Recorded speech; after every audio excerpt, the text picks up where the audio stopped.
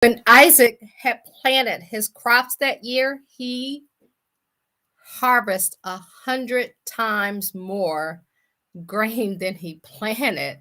And the Lord blessed him. He was totally blessed, y'all. Welcome, welcome, welcome. Tonight, we're talking about the peaceful millionaire Isaac. We are in an amazing series as we take a look at the millionaires in the book of Genesis. So I want to welcome you guys out tonight. As you come on, say hello so we can say hello back to you. Let us know what type of business you have or you're thinking about getting started.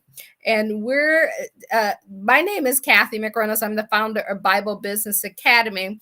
And our goal is to help you build a business using biblical principles and also to have it profitable. And just like Isaac did, having it harvest more than 100 times in your first year in business. So as you come on, guys, let me know where you're tuning in from. Let me know if you're catching this during the live or the replay. And if you can do me a favor, like I'm going to do right now, go ahead and share this out to a couple people that you may know that definitely needs to hear this and can benefit from it. So I'm going to share it to our group. And then I am also going to share it to a page. So who are you sharing it with? Let me know. Let me know in the comments who you are going to share this with. And guys, I mean, like the peaceful millionaire Isaac, I'm telling you, when I was doing this, it was just so like, thank you all for tuning in with me as I go through this series and as I learn stuff that's in the word and the different things that the Bible was saying, how we can apply it to business, all of that amazing stuff. That's the beauty of all of this. So welcome out, y'all. We're going to go ahead and get this part started. So I'm going to switch right over and we're going to dive in and like this is going to be good. So make sure you grab your pen, your paper, and your favorite beverage and take some notes. But most importantly, take the information that we're going to share with you and use it to help transform your life.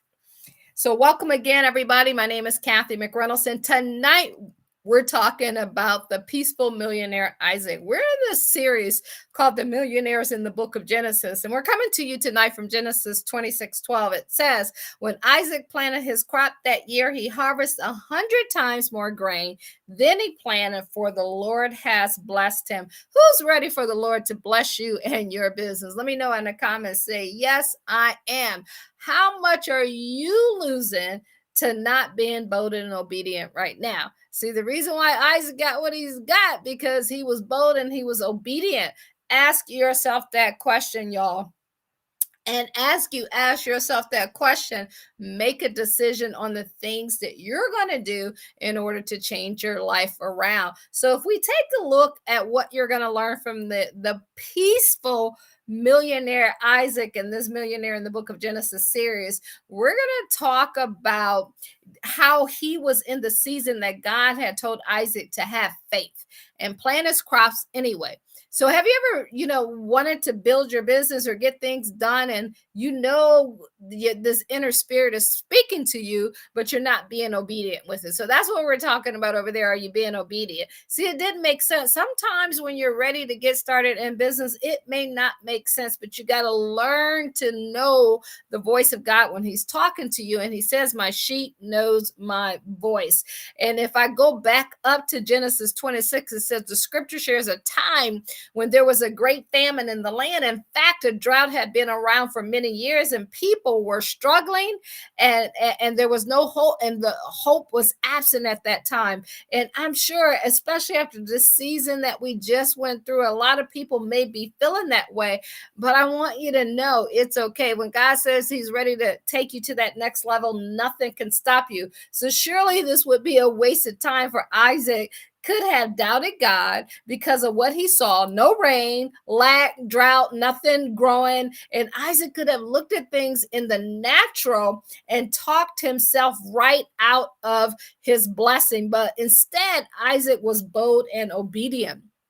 And, when I look into this and as I'm doing this last night, I was watching What was I watching? I was watching something about Isaac, like on YouTube, and it dawned on me, like when Abraham was taking him up, and he kept saying to him, like, Dad, what are we going to sacrifice? Where's the sacrifice? We don't have it. And Abraham was like, well, God always provide. God always provide.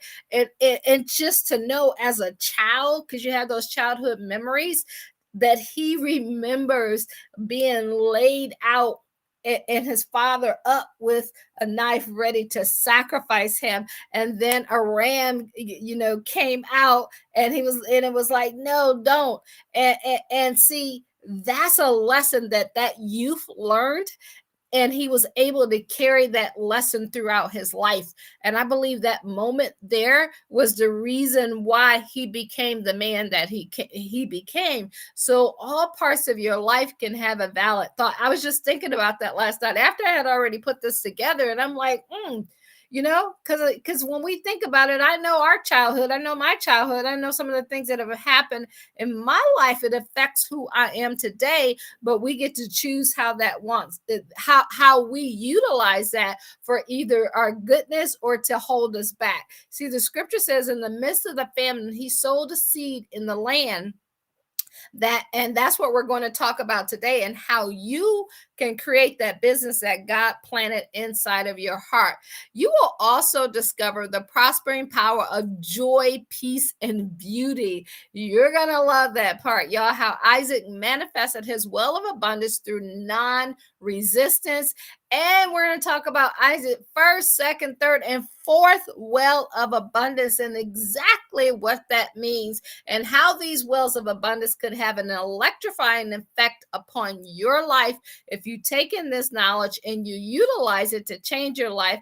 And guys, and we're going to share with you how you want to break the seals on the wells of your abundance, how Isaac sealed his good and made it permanent. See, because that's the thing. When I tell my story, you guys see that, there's times when you're up, there's times when you're down, but there's a time when you can make everything that you do permanent. And the harmonizing power of non-resistant and the prospering power of agreement, along with the mental treatment for evoking that prosperous power of agreement. See, when Isaac planted his crop that year, he harvests 100 times more grain than he planted, for the Lord blessed him. Are you ready for the Lord to bless you? Drop it in the comments and say yes, yes, yes. And by the way, guys, if you stick around to the end, I'm going to share with you how you can get exclusive access to a proven system for launching your six-figure online business. And we also have some free resources available to you. And we're going to share with you how you can get them and get them sent right to your front door, and why it will help you grow in your faith and your finances, which leads to more fun, more freedom, and more fulfillment. And that's exactly what you want to have. If this is your first time tuning in, share a little bit about me. My name is Cathy McReynolds. I am from Akron, Ohio. As we always say, the kid from Akron after LeBron, right? Grew up shy, sheltered in church basically 6 days a week. My mom was a minister. Dad was a football coach. I lived at 19. I left home, moved to the DC area, 6 hours away from home. And then after that, I was in Baltimore, Boston, and Pittsburgh, because the companies that I had worked for in my 20s, they kept transferring me around. And it wasn't until I hit 32 that I started my first business. And for 25 years, about 26, 27 now, I forget where we're at. And within that time period, it's only been 1 year that I've ever worked for someone. And that was after 2008, when everything crashed and I moved back to this area, with my head tucked between my legs, like, oh no, woe is me to the world. And that's when things began to really, really change. 6 months later, stayed on that job for about a month, a year and a couple months. And after that, 6 months later, went over a six-figure income, built a lot of businesses since then, had great business, failing business, you name it. We've been there over the last 25 years. So we want to be able to take our experience and help you shorten your learning curve and get there a lot quicker. Guys, you can pick up our new book See if I got a copy of it right here. You can pick up our book, Bible Business Secret, and grab a copy right here. You can pick up that book, Bible Business Secret. You can grab it on Amazon, but if you go to BibleBusinessAcademy.com/book, we will send you out a free copy of that. You can also grab a copy of our 4-in-1 planner. It is also available on Amazon, but you can get a 25% discount if you go to believeandgrowrich.org. And as you can see, my pen is in there from me utilizing this today, because I use it every single day in every way when I'm working, and I absolutely love it. And I know you will as well. And before we dive into today's topics today, guys, we have memberships that will help you get your mind right and your money right, and most importantly, your faith right. So you can check those out at BibleBusinessAcademy.com/membership. Or you can check out our academy if you know that you're ready to start your online course or consultant business. Those would be definitely the way that you can go. BibleBusinessAcademy.com will give you everything that you need to know. So let's go ahead and dive into the peaceful millionaire Isaac. See, from the millionaire Isaac, you're going to learn how to increase your income 100-fold in just 1 year. See, Isaac was described as the man of peace. I mean, that's a great way to be described, as you're a person of peace. He was so peaceful that his importance had been often overlooked. Isaac had been regarded only as the rich son of Abraham, a quiet, pleasant man, but unassertive. Historians have described him as that gentleman, and Abraham raised his son in that culture refined ways of the Babylonians. He was the millionaire and the son of a millionaire, right? So when you think about that, it's like that quiet, the quiet guys finish last, but they're the ones that you want to pay attention to. I always laugh at one of my nieces, and she's doing well. She makes over 6 figures and all of that stuff. But someone that she knows, and she helped them about 10 years ago, they call him the nerd. And he always he liked her. And she was like, oh, you're the nerd. And you know how it is, right? And she was like, dang, 10 years later, it makes sense. She was like, I should have stayed that direction instead of going this direction. He's multimillionaire now, doing great things. And that's the thing, that people discount quiet people. They discount those non-assertive people, but they don't know what God has in store for them. So if that's you, you got this. You can make this happen. And even if that's not you, you still have a place, and God still has a plan for you. See, Isaac, even though his dad was a millionaire, he made his own mark from a financial standpoint.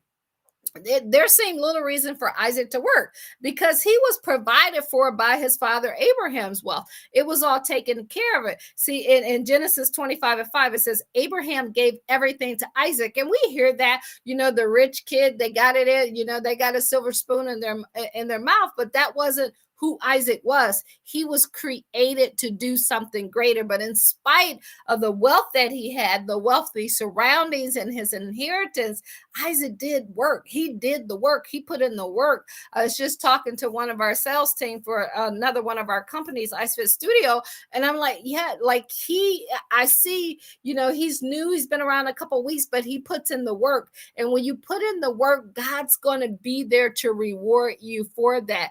He demonstrated his prosperity on his own in a big way. Genesis 26:12 said that Isaac sowed in the land and received in the year 100-fold, and the Lord blessed him. You should just put that, like, you should say, and then whatever your name is, Bob sowed in the land and received in the year 100-fold, and the Lord blessed him. Like, that could be one of your affirmations for yourself. So memorize that Genesis 26:12. The wealth that came to him came from his own efforts. It wasn't from his dad. It wasn't hand-me-down money. It was independent of the wealth that Abraham had given him and was described in the Bible. See, Isaac set a mark for himself, and he became richer and richer until he was exceeding exceedingly wealthy. That's what the word says in Genesis 26:13. Like, I'm gonna read that to you again in case so you won't miss it. It says, and he became richer and richer until he was exceedingly wealthy. So when people tell you that the Bible does not talk about wealth or money and all of that, it has literally more scriptures about wealth, about money, about prosperity than it actually does about salvation. So learn this for yourself. Take a screenshot of this. Go read this. Go read what was before. Go read what was after and study this. You have a place, like this is your lot in life. And it's not about the money, is what you can do with it, who you can serve with it, and how you can help with it. So when you look at the prospering power of joy, how did this quiet, pleasant, unassertive man increase his income in 100-fold in just 1 year? And if you're just getting started in your business, or your business has been going but it's not going the way that you want it to go, you may be asking yourself the same question. How can you turn around? What do you need to do to turn it around? And that's what we're going to share with you today. See, one of the things about the Bible and the names in the Bible, they all have a meaning. They mean something. Like your name means something. And even like when I was growing up, I always tell everybody, we fighting for the name on the back of your jersey. Or, to our brothers, sisters, nieces, or nephews, they'll be like, you're in McReynolds. Like, that name carries power. You need to walk, step, and act a certain way because you are a namesake. Like, you can't disrespect that name, and your name has to mean something to you. And the word Isaac means joy, laughter, happiness, peace. Just as Isaac was a well opener, the power of joy opens up so many powers deep within man. So like, you got to think about joy when you're excited and all of that stuff. It brings out something in you. And that's where Isaac, like, that's why he had the name Isaac. It was given to him by God with intention because of the joy, laughter, happiness, and peace. That's what he was to bring to the world. And it also releases good in life. When you think of that pleasant state of mind and attracting power for prosperity and success, whereas the unpleasant, over serious, strained, overworked state of mind repels success. See, that's the opposite of it. You got to look at what's for and what's against. This explains why some people work very hard their entire life, yet they never prosper, because they don't realize their attitude is their latitude.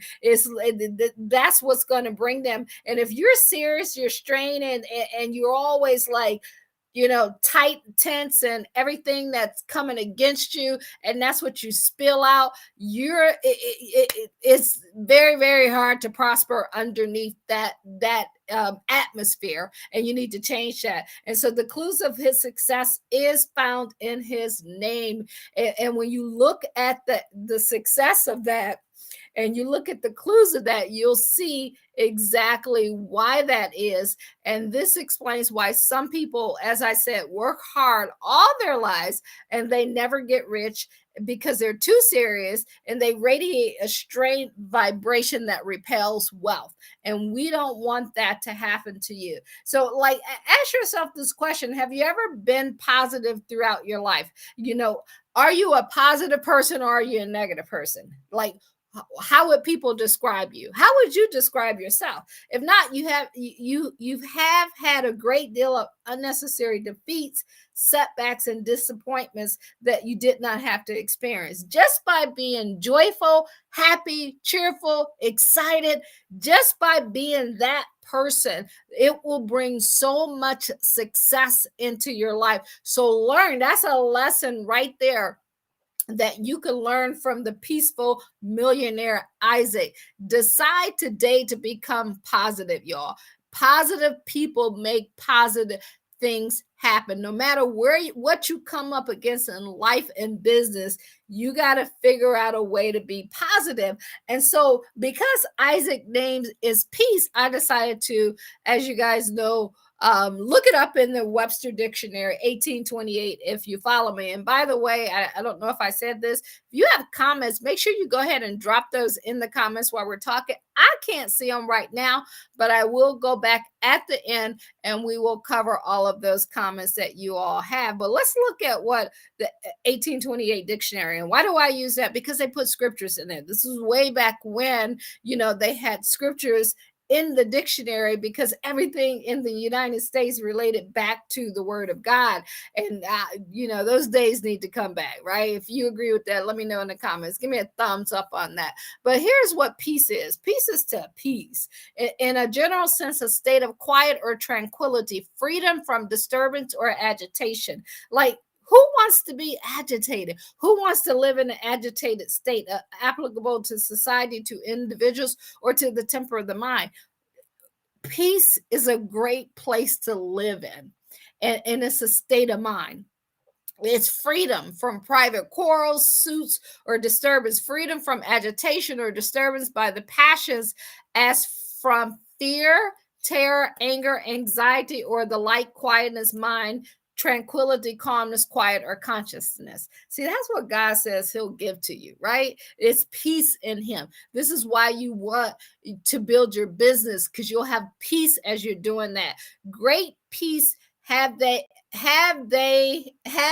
that love the law. Psalms 119, 165. It basically is saying, if you love the word, you're going to have great peace in life. It's a heavenly rest, a happiness of having peace. Is the lovers are asleep. To be at peace is to be reconciled, to live in harmony, to make peace, to reconcile as parties at variance, to hold peace, to be silent, to suppress one's thoughts and not to speak. So I just like to take that definition so that you can look at it in a broader sense and ask yourself, how can you apply it to your life? How can you apply it to your business? How can you live that way? And how the prospering power of peace actually works. See, it's a peaceful state of mind, which Isaac symbolized.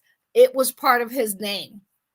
And when you're in a peaceful state, sometimes you get underestimated, but don't underestimate the quiet people, right? When you get into a relaxed, peaceful state of mind, that's when you bring health, wealth, and relationships into your life naturally. You don't have to force it. It just occurs. I want you to think about, like, when you're trying to build a relationship, or you're dating someone, or you're talking to a client, when you're just relaxed and you're having a conversation and you're not, I was telling our sales team today, when we were role playing with them, don't be so focused on reading what's on the paper.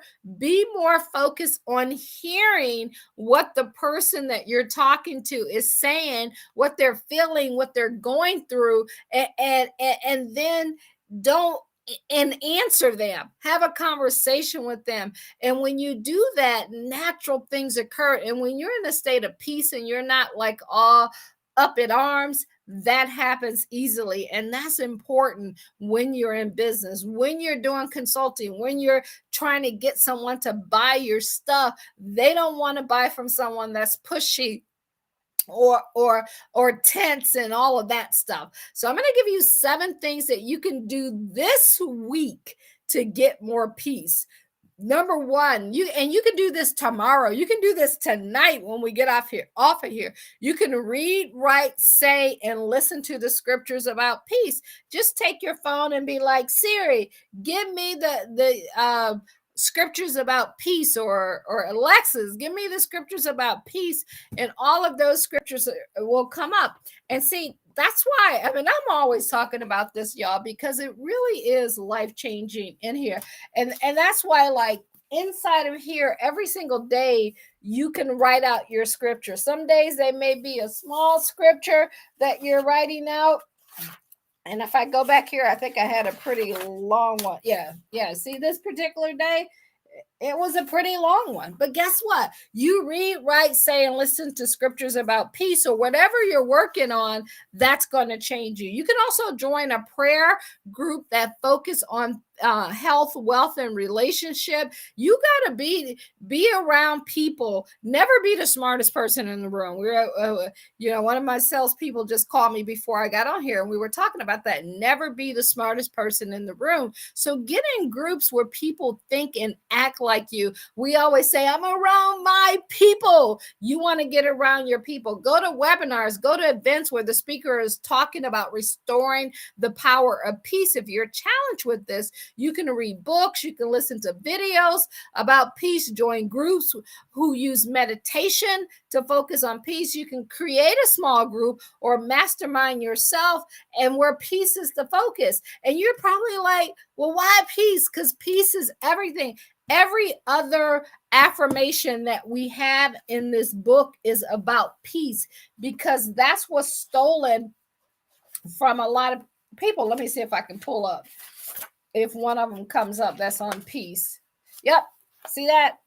It says focus on peace. So one page is about peace. The next page on here, and I didn't think about that until now. And the next one is about, your business and all of that stuff. But peace is something that steals it steals your life. It steals your joy. It steals your excitement. It steals your bank account. It takes from your family. It takes from your kids. It takes from your future. So it's important to get yourself more peace in life so that you can have the life that you want to live. Peace is life, love, wisdom, power, and substance. The consciousness of peace is always the forerunner of victory. If you want to win, you want to make something happen, you got to be in peace. In the peaceful state of mind, this is where you can find all the blessings in life. This is where you can find people winning, people excited. This is where you can win against all odds, no matter what's happening around you in the drought, right? In the drought, because Isaac demonstrated peace, he received 100-fold in that same year. And you can always experience good when you're in a state of peace. Who knew? Did you know? Let me know yes or no in the comments. Did you know that being in a state of peace, and the word peace is such an important part of creating a successful business? Were you aware of that? Or a life? Let me know in the comments. See, Isaac proved this with the Philistines in his wells of abundance example that we're going to share with you.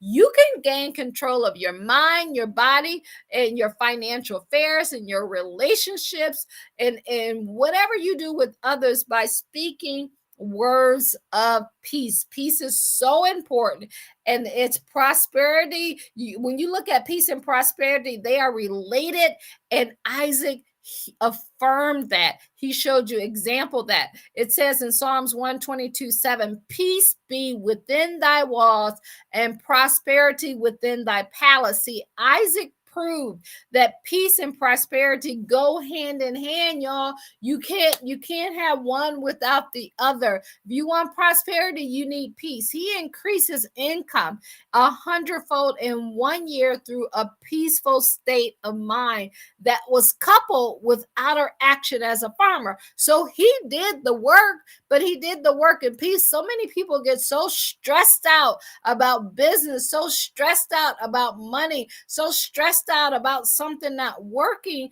that things don't go well for them, and they don't realize is that peace that's knocking them off of the game of winning, and we want to help you to stay there. See, there's 3 prospering powers of beauty that also translate into prosperity, into a wealth, and that comes from the lessons that you can learn from Isaac's wife, Rebecca.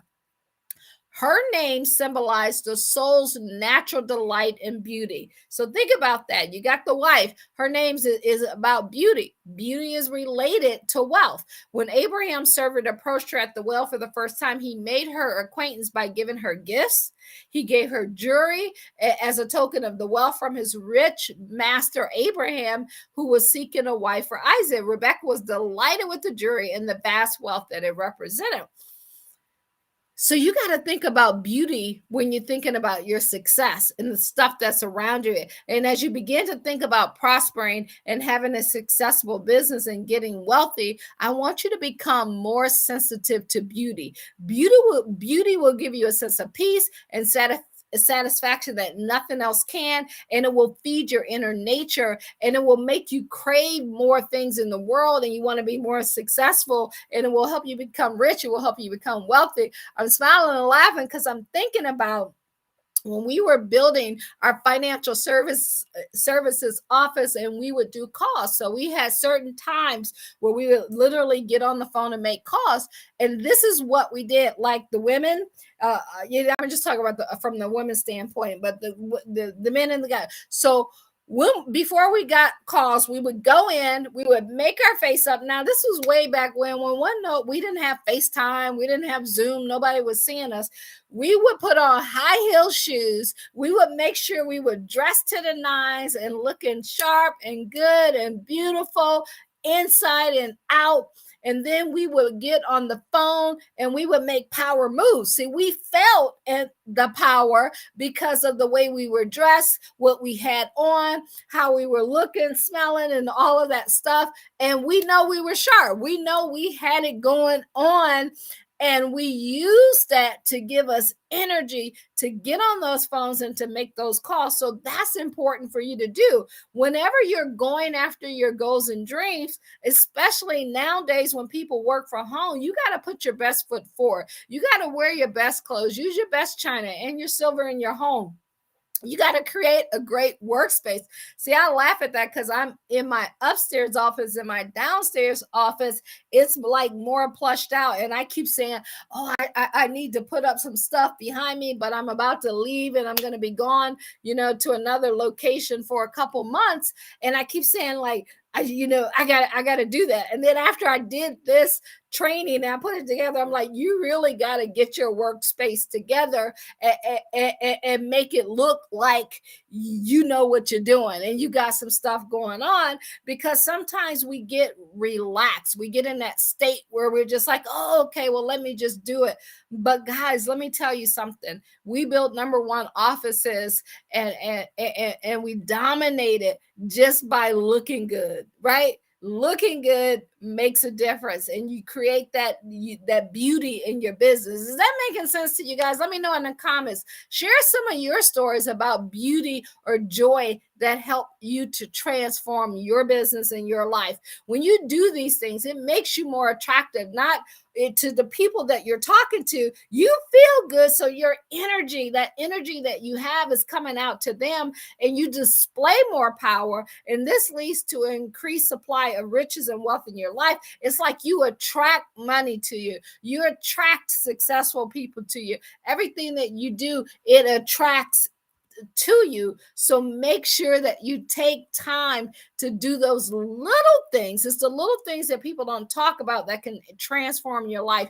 You got to feed your inner nature. We always used to say, feed the beast, right? No, you got to feed the beauty. You got to feed the joy. You got to feed the spirit. And that's why when you meditate on God's word day and night, and you know the love that comes from him and what he puts out there, it always cracks me up when people go, oh, yeah, you always talk about God. You're like, okay, so it's about love. Or they'll start saying something negative. I'm like, have you ever read the Bible? Have you ever read it? Do you know what's in it? Because if anybody's read it and they know what's in it, is no way you wouldn't fall in love with God and want to utilize him in everything that you're doing in life, because Jesus exudes love. And this is what your business have to be about. This is what your life has to be about in order for you to reap all the benefits that God wants to bestow on you. See, you can demonstrate riches and wealth before you get it by absorbing beauty. So think about it. If you go get your hair cut, if you're a guy, or your hair done, if you're a lady, you feel you sit up straight, you feel better. If you go put on a new suit, or you're all dressed up or suited up, you feel better. So do that with your business on a day-to-day basis. It will change your inner nature. That's what growing your life and your business is about. Wherever you go, you want to absorb everything that's pleasing to your soul. Make a journal, like inside our planner. You can put your journal in there. You can go to the page where it says journal, and then you can write down, and let's see, you can write down on your daily journal how you feel. Oh yeah, you know what, I saw this today, and that made me feel a certain kind of way. I got excited about it, and I would, and I went and I did something. I tried, okay, like here's the journal right there, right? So even if you put it on a piece of paper, I want you to start noticing what's pleasing to you, what's exciting to you, what makes you feel good. Like when something, and it doesn't always have to be about business or work. Like when we do Taco Tuesday, or when we cook, I could be cooking for 1, 2, 3 people. It doesn't matter, but I like to take food and I like to make it look pretty because it makes me feel good. And then I love to see people eat and enjoy it. And I take pictures of it. And I've always been like that. My brother and I, for the longest, we would cook. Our family would cook together. So that's joy. You got to figure out what brings joy into your life and do more of that. You want to learn to drink in everything around you that you can enjoy and appreciate. Or like when the kids come and they're smiling and they're laughing, all that joy just fills your heart. Beauty, color, music, the aroma of flowers, beautiful atmosphere, the building outdoors. At my home, my entire front window, the entire front part of my house is all glass, and I love it. And then when you come in, and that's the reason why I wanted to live here. When I go in my dining room, from the soon as you walk in the front door and you go around and around, it's all glass. So like most of the house is all glass. From my bedroom, it's a double wide glass door. So all of that stuff like gives me joy, gives me peace. I love to be in that. Like, and when you think about your dreams and the things that you want to do, that's how you want to think. You want to think from that so that you can get to see. When you focus on peace, when you focus on beauty, this feeds your inner nature. This is when your inner nature is sufficiently fed, and once you feed your inner nature, your outer nature has no choice but to grow 100-fold in 1 year. And so those are the little secrets in life and in business that you want to take advantage of and you want to make happen. So this is why I'm going to suggest that you go on a beauty run at least once a month, or we call it Dream for a Day. When we were building our financial service office, we used to have a Dream for a Day. And all that is that you want to immerse in a millionaire consciousness, right? You gotta become one in your mind, in your heart, in your soul before it actually shows up in your bank account. And it starts by understanding and absorbing all the elegance and the life and the beauty and the joy around you. See, beauty is so attracting to prosperity and attracting to wealth, that when you observe it and when you create it in your area, it makes a difference. So I want you to spend an entire afternoon, go on a day, go driving, go boating, go walking, cycling, browsing up and down famous places in your area. We always used to go, like we call it road trips, right? Day road trips. We'd get in the car and we would just go around to beautiful places. And as I'm writing this and getting back to this, I'm like, man, things that work so well, you get away from them. I'm like, I gotta implement this back into my life. I gotta get back into doing this stuff that got me to where I'm at today. You forget about it because there's always a next level. You can drive down country roads. You can visit beach coastlines and nature trails. You can go visit the lavish neighborhoods that you want to live in. Go test drive or rent your dream car for the day and spend the day in that car. Go to open houses in rich neighborhoods. Like literally, what we used to do is got a whole van of people together. We would run contests, and the top salespeople, we would take them on the Dream for a Day tour. We would take them to places that they normally. I remember Lisa, one of our ladies who was the top person. So I took her to I think it was the orchestra, the symphony, and she had never been there before.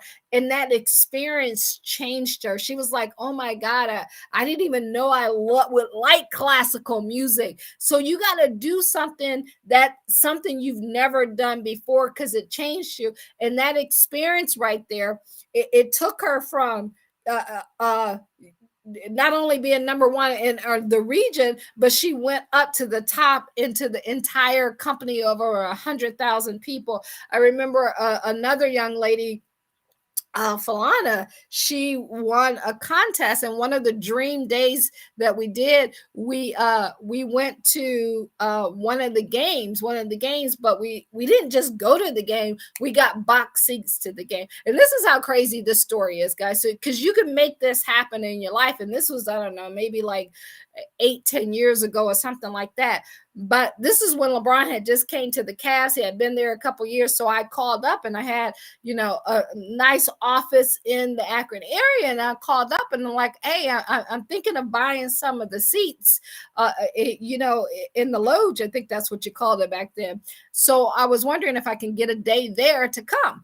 And they said yes. I didn't know they were going to say yes, but I just called and asked. And so as soon as they said yes, I ran a contest. For me to take someone on our team. And so the experience there was completely different from the normal game experience. As soon as you go in, you show them your pass, they take you on this private elevator, you go up the elevator. You get there 2 hours before the game. They have it all plushed out, all the food, all the drinks, and all of the stuff that anything that you want is down underneath in the Loge. And then once the game starts, you go up, and you know how everybody else has to go out to the concession stands, where anything that you want that's from the concession stand, you get it for free. They'll bring it to you. You can go to it. And then at halftime, they brought everything in there, and it was just a total different experience. See, these are experiences that change your life. And you can go to antiques, the best stores, the shops, and you can eat at the best restaurants. You can go to art shows, exhibits, concerts. You just want to absorb the beauty of an area. You can travel. I remember, I think I was 40 years old the first time I went to Disney World, y'all. But how I went to Disney World was completely different how most people go to Disney World. Why? Because I had won a contest. When we won that contest, when we arrived to Disney World, first of all, when we got on the plane from our hometown, I didn't see my luggage again until I arrived in my room, and my luggage was already in my room. But at Disney World, the entire park was shut down except for the people. It was like 3,000 of us who went. So like literally all the concession stands were open. We didn't have to wait in any lines. We would be on the roller coaster, and on the treat, it would stop, and they would be like, "Do you want to go again?" And then they had all the shows, and I was like, "Mickey, Minnie," like that. There was the Flintstones, and I was just like a kid in a candy store at 40 years of age, so super excited. So these are the times in the moment, and that made me go back and fight it even harder. So these little things of exposing yourself to things that you don't even think makes a difference in your business will change you, because it will help you to become and expose you to things that you know that you want, but you don't know how to get it. And these little things are the things that are going to help you get it. See, that day that you spend on that dream trip for the day, or going on a dream trip, or traveling, that day will be forever. I'm sharing something with you guys that was almost 20 years ago, and I still get the chills and the excitement and the joy, and it's in a moment that I will never ever ever forget, because it was memorable, and it was memorable because it was different. See, when you can take these moments and suppress them into your conscious mind, and you give yourself this prosperity treatment before you actually arrive there, and your soul, that memory gets etched on your soul and your subconscious minds, these activities will lead you to success quicker than any script you can read, any book it's book you can read, or script you can memorize, or video you can watch, or lesson that you can learn, or listening to this. You got to experience some things that's different, so you know why you got to go do the work, and you got to go make things happen so you can have that life. See, that's why it's important to surround yourself by a consciousness of influence. You have to become aware, y'all. Become aware of the innermost secret feelings that you're feeling inside you. Start collecting books. Put together pictures of stuff that makes you feel good and that you desire. If you look at my phone and I go to my notes, and I look at the next house, I always tell everybody, this is not my final destination, right? This is not where I live in a nice house. Yeah, I live in a nice neighborhood, but it's not my final destination. Like I found, I don't know if you guys can see this. I found this house. These are things that when I'm saying my goals and stuff, they're right underneath it. So you want to have things up like that motivates you to stay in the game, to motivate you to keep going, motivates you to get to that next level. So put up pictures, screensavers, follow accounts that share that lifestyle that you desire. Write out your ideal life from a thanks moment of how you feel. It should all come from the thanks. It's like, thank you, God, for my 8,000 square foot home on the beach. That's all glass.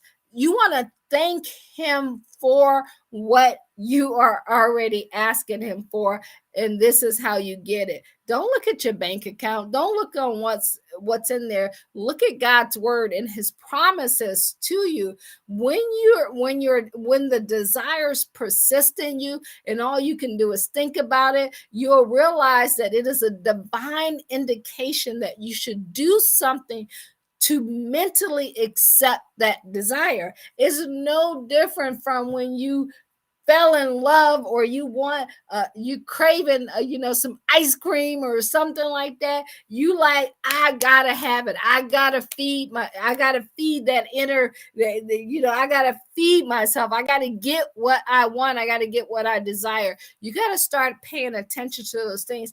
And it's important, if you don't have that urge to go conquer something, to go get something, to go become something, then you got to figure out what it is in your life that's missing. And it's normally that joy and that peace and some stuff that we're going to talk about that's blocking your blessings. It's not knowledge, it's not information, it's these little things that are blocking your best blessings. So let's look at, is this making sense? Let me know in the comments if this is making sense. If you had an aha moment, let me know where your aha moment was.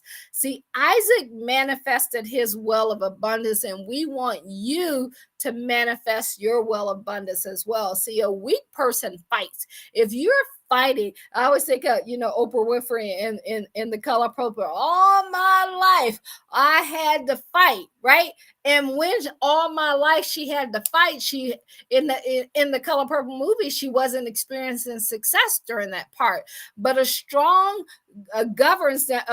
person governs themselves to a higher purpose. See, if you know that God put you here to do something special, if you know that there's something unique in you and you were born to win, you were born to do something special, these are the things that you're going to start feeling. See, this statement describes how how Isaac manifested his well of abundance and increased his income in 100-fold in 1 year, because he wasn't weak. He didn't have to fight for what he wanted. He just had to go do the work. And when you study the success symbology of his method, you too will find out that you can increase yourself 100-fold in that same year. Like I told you guys, when I lost everything and I went through that fog for a good, like, literally 9 months, I was like just walking, especially the first 90 days, because I had accumulated so much, and then I lost it all. It seemed like it was overnight, but it wasn't overnight, but that's what it seemed like.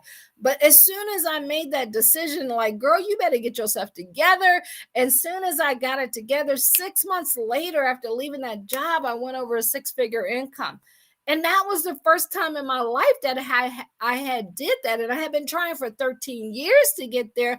But when I look back, I was chasing it. I wasn't in peace. But I knew that I never wanted to go back to that moment that I did. And I looked at things and did things on a whole different level. And that's what we want to help you to do. See, Isaac became so wealthy that the Philistines envied him in Genesis 26:14. So when you become more prosperous by adopting these things that we're talking about, a pleasant state of mind, like Isaac, and by dwelling upon beauty, like Rebecca, the same thing may happen to you, right? People around you might get jealous. You're going to have haters. It don't matter. So what? Who cares? Let them do what they do, but you become who you were born to become, and you exude that and be humble with that and get it done, even when other people envy you. Don't be surprised about it. Love on them. And we're going to talk about that. You don't ever have to fight back. God always got you, always has you. What was the success secret of the young millionaire who could keep his cool in the midst of envy and increase his income so enormously? That's what we're going to look at now. And see, you want to be like Isaac. You know how they used to say, be like Mike? You want to be like Isaac. And one of the characteristics that he had is he was a non-resistant person. And we're going to talk about what that means. See, along with his quiet industrials nature, it was coupled with a success quality that a lot of people overlook, and that is of a peaceful, non-resistant, and this is divine indifference. And like, as I'm saying this, I'm thinking of my dad was like that. He was like this quiet person. He used to always say to me, baby, you see everybody around, everybody's always running their mouth. They're always talking about people. He used to say, if you're talking on the phone longer than 5 minutes, you're either talking about somebody, lying or repeating yourself. But he always has something encouraging to say about someone. He was always uplifting people, pouring into people, helping people. And you never heard him like putting people down or being negative. And I love that about him. And then my niece and I were talking. He left an inheritance to his children's children's children's children's children. 5 generations are still benefiting off of his peaceful nature. That's the beauty. This is how you can transform lives. This is what can happen when you decide to adopt this peace and this beauty into your life and become a non-resistant person. See, the dictionary describes a non-resistant person as one who refused to use force even to defend themselves. Who comes to mind? Martin Luther King, right? He comes to mind with that. A non-resistant person is one who is neutral to and unconcerned by forceful appearance. They live by peace. They know peace will change the world. Mother Teresa is another one who comes to mind. I want you to think of the impact that these quiet people, laid back, peaceful people had on the world, had on life, had on others. This is what you can do when you adopt that into your business. See, non-resistant people they form a vacuum which quickly acts as a magnet to attract one good. People often do just the opposite. Most people do the opposite, right? They fight or they chase or they got to go get it or they got to crush it. They got to, and listen, I used to say all of that stuff as well. But I want you to know, if you sit back and you listen to the people who always like hyped up, even the, we're in the midst of Super Bowl now, even the NFL threw a penalty in when somebody over celebrates in the end zone, right? You got to have peace. Peace brings prosperity. When you do this, it stirs up the negative vibrations that stirs up and drives away, and it puts you in a position when you're not in peace, when you're not that non-resistant person. You're like Oprah in The Color Purple. All my life I've been fighting. If all your life you've been fighting, if all your life you've been struggling, if all your life you have felt that you had to fight for what you got, work on your inner self. Get your inner self together and everything will start to work out for you. You can learn that from a man of peace called Isaac. He knew that becoming inwardly still in the face of a disturbing situation was the surest way of deliverance from it. Man, didn't he learn that lesson from his dad? When his dad, because he had walked that walk with him a many a times, but they had, a animal to sacrifice, and they're walking just I can see them walking and talking, and he's like, Dad, what are we going to sacrifice? And he's and so his dad in a peaceful state was like, it's okay, son. God always provides. But then once you get there, he takes you and he lays you down, and then and then he's tears, but he remembered what God promised. He remembered that God said that Isaac would be the son that he would leave the inheritance to. He remembered that, and it gave him a peace. He knew, he trusted in God, and that's how you want to be with your business. These are lessons. This is why you want to read the word. This is why you want to get into it, and then you will start to see how you can apply this to your business. So no wonder this man was peaceful. No wonder he was diplomatic when he handled the trouble Philistines, because he had experiences of it throughout his life. See, this was a tribe of people, the Philistines, who were against him, and the Israelites, and they were constantly, and most people were constantly trying to defend themselves, and they envied Isaac. So, like, when you see people around that are trying to defend, and they're always like having something negative to say about someone, all of that stuff is a sign that you need to exit to the right as quick as possible, right? See, the Philistines envied Isaac at first because he was a millionaire. That's why they did it. So people might envy you because first you own a business, or you're starting a business, or they might be like, well, who does she think she is that she can start a business, or who do he think he is that he can start a business? We come from the same family, and unfortunately, guys, sometimes it is in your family. It is around the closest people that are around you who will knock you and talk about you and hurt your feelings, but don't let it get next to you. And so that's why it's important, if you want to have 100-fold increase, and you want your business to grow quicker, you got to learn to remove the world. You got to be in this world, but not of this world. See, in their envy, it says in Genesis 26:16, in their envy of his prosperity consciousness, the Philistines asked Isaac to leave. It says, go from us. Thou art mightier than we. Like, can you imagine that? Like, you tell your friend, get away from me because you got stuff going on that I don't have going on, so I don't want to be around you. What? Like, who does that, right? People do all the time. Now, they don't say it out loud, but you'll know, and you can feel it in their actions. See, with his large herds, his many servants, his countless possessions, and his vast wealth, Isaac could have easily retaliated and say, who do you think you're talking to? I'm the head person in charge here. I'm the big man on campus. But he didn't do that. He refused to fight. So he released it. He loosened it. He let it go and he left. Are you willing to release stuff, let it go, and leave the situations or stop being around the people who are bringing you down? He hung on to nothing that was value to him. See, I was just talking to someone today.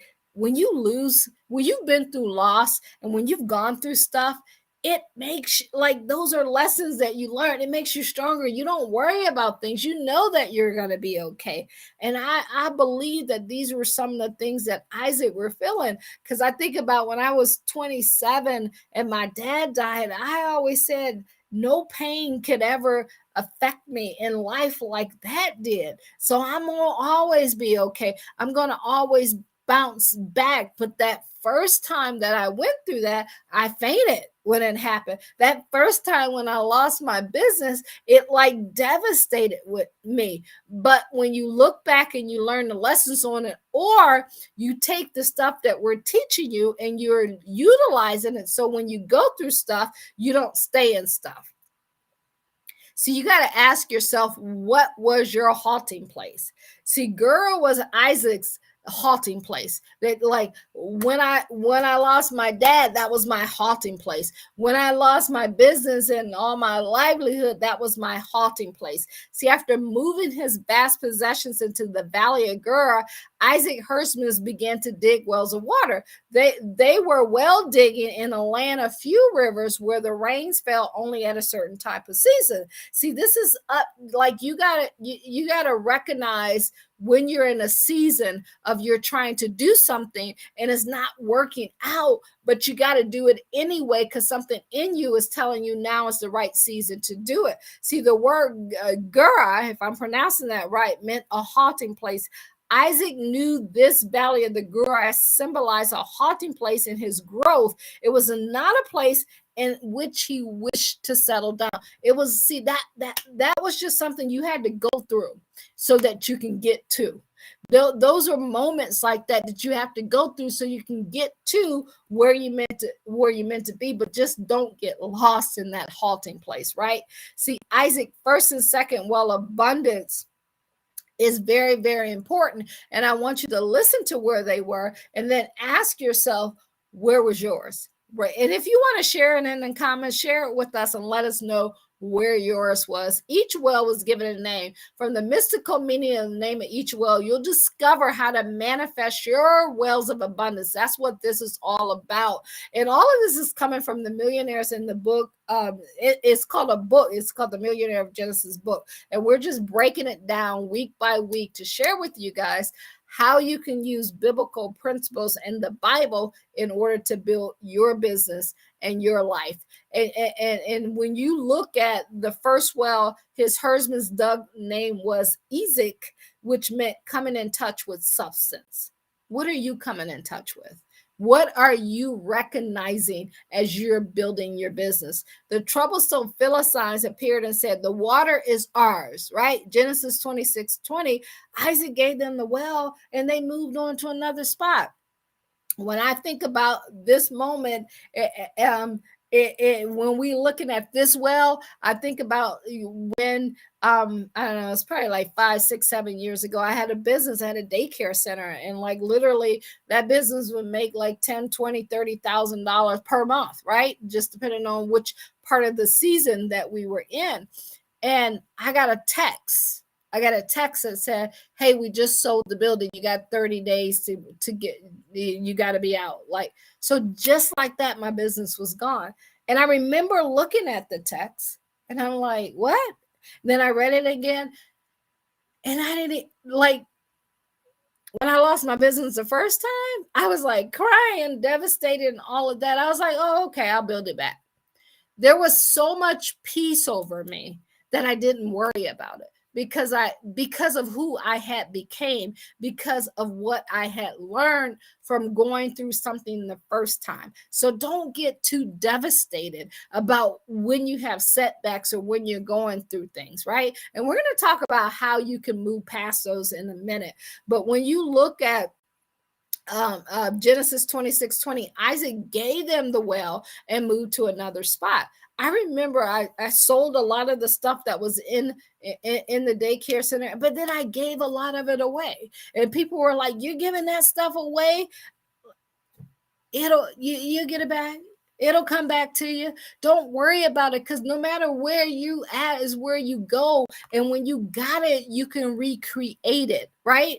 And then there come a time when you don't want to keep recreating it. You want to, it's going to just go. Like I said with my dad, 5 generations down, he's leaving an inheritance to his children's children. See, as a mystic, Isaac was doubtlessly aware of that old age teaching. Never ask why a problem has come to you. Have you ever been that person like, why me? Oh, I'm such a good person. I'm always doing this. I tithe, I help, I'm giving, and I'm always finding, like, stop that. Stop being the victim. For always the indication is that your soul, when something happens to you, your soul needs to learn that lesson to be gained in solving that problem. Because when you get to that next level, when you go upward to where you're going on your way throughout your journey in life, these are things that you need to know and understand so that you can receive the blessing that God has planned for you. He said, I knew you. You make plans. Well, he said, I knew you before you were in your mother's womb. You make the plans, but God will direct our steps. And when we go through these things, they're lessons. They're lessons of what you learn. And that second well was named Steni, which means strife, contention, and oppression. See, everything had a meaning back there. So you can take and say, hey, am I in a Steni, Sitni, or however you pronounce that, nigh, right? Position. Am I in position where there's strife, where there's contention, where there's oppression? See, when the Philistines appeared and they wanted those 2 wells, Isaac, like, here, take them. He quickly released them. He knew that in the expansion of his prosperity consciousness, he was beginning to come in touch with the inner flow of abundance, which is east. With abundance, he didn't worry about the east, which is contention or quarreling. That's what was trying to take over. These are the phases that people get lost in. He did not have to settle for a limited amount, right? Remember, as a child, he saw them walking up. He saw them walking with no sacrifice, and he heard his dad say, God always provide. I think of that when I think about, like I tell people, I don't get sick. And I know God is still in the miracle business, because when I was 8 years old, I saw my mom, where everybody said you're going to die, and she had cancer. And I remember her saying, y'all don't know the Jesus I serve. I'm not going to die. I'm going to live to see my kids be grown. And she's 87, 88 now almost, right? So those things get etched in your life, and it gives you a different walk. It gives you a different talk. And by releasing his well, he expanded into a place of greater supply. When you know that God will take care of you and that he will put you where you need to be, you don't worry about things. He also knew that to have hung on to that second well, to try to hold on to something that's not meant to be there, something that, that's dealing with strife and contention and hatred, it wasn't going to bring him no good. So wash your hands of it, and you got to let it go. And see, now we're going to look at it. Let me know in the comments what your aha moment was in that section there. What made you think like, oh yeah, I was in that moment. Now I remember. And so now we're going to look at how these wells of abundance can have an electrifying effect upon your life and your business, and how you can identify with Isaac and his experiences in developing his well of abundance. I want you to look back at your progress through different points in your life, different points in your business, different experiences that you have. Have you been so busy for several years digging in your wells of abundance that you just didn't remember anything? That nothing ever never made sense. You just going through the motions and nothing was seeming to change. See, when you look at this, you want to look from a consciousness point, and you want to look from an experience point, and you want to look at what you have inward, and so that you know that what you have inward will be reflected outward. So you attract success into your life. What we always used to say, you attract who you are and not what you want. So if you're constantly getting negativity, hatred, loss, all of that stuff around you, and I say it all the time, check yourself before you wreck yourself, right? And you got to also look, what was your Gara experience? Can you identify a well-digging area in your life that was a Gara experience, which was a starting point in your progress? That's what we're going to talk about now. And Gara, right? But because I need to be like Siri. How do you say this word properly? But y'all know, if you watch me, you know me by now. If not, you will know. I always say that a word is not a word until you say it enough, and you can mess it up. It don't matter. Just get out there and get it done, right? But because it was not as productive as you expected, it turned out to only be a halting place in your growth. What was your Gara? What was that moment you quit? What was that moment that you were so excited about something, you started to work on it and it didn't go the way that you wanted to, and you quit? See, that was your starting point. I want you to know that point that you were in. And then ask yourself, did this moment in time motivate you to move on and perhaps try something new? Have you experienced that? Let me know in the comments, have you experienced that? And then you also have your ESSEC experience. And can you look back and see your experience with that first well? It's called the ESSEC, right? Perhaps you begin to come in touch with substance, with who you are, and come in touch with yourself. I'm laughing because I'm thinking about my dad, and when he's talking about my oldest nephew, he was like, yeah, he's smelling himself. I'm like, what? And that means that, he got a little girlfriend out there, right? He's starting to act different. He's smelling himself. That's what they used to say back in the day. And that's a point in life that you begin to learn the deeper laws of prosperity and started to gain an understanding of the universal laws for successful living and growing a successful business in life. And that means that we take it to my nephew. He was going from a kid to a teenager, and he was starting to understand his body, who he was, and and the person that he is, his characteristics, and all of that stuff. See, all of that is important in growing a business that most people don't talk about, but it's important. And guess what? You can get all these lessons right from the Bible. This is why it's important to read it and understand it and fall in love with it. But in your ESSEC experience, you only are able to begin to become aware of them. You're not able to do anything more than just begin to use them step by step. And it's like you have your first boyfriend, your first girlfriend, you start your first business, you start your first job, wherever your first is.